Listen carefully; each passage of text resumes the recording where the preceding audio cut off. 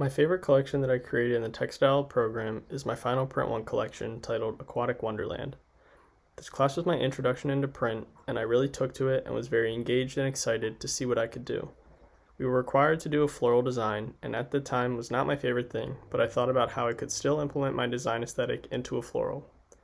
My main print of the collection is my favorite piece from the group.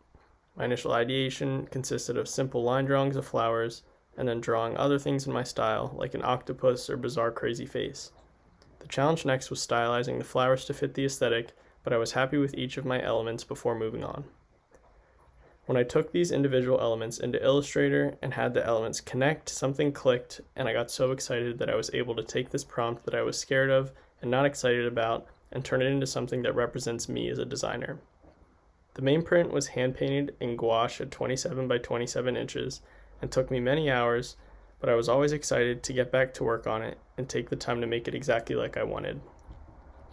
The coordinating prints accompanying the main print, I wanted a balance of wacky and sophisticated since my intended end use was high-end fashion.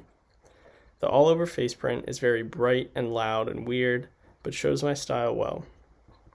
The floral stripe is more toned down and subtle, and I thought that the main print tied it all together very nicely. I also was in the process of getting better at mapping, and I was able to successfully map my prints and communicate my specific end use that I had in mind, utilizing different scaling, off-centering, and paneling.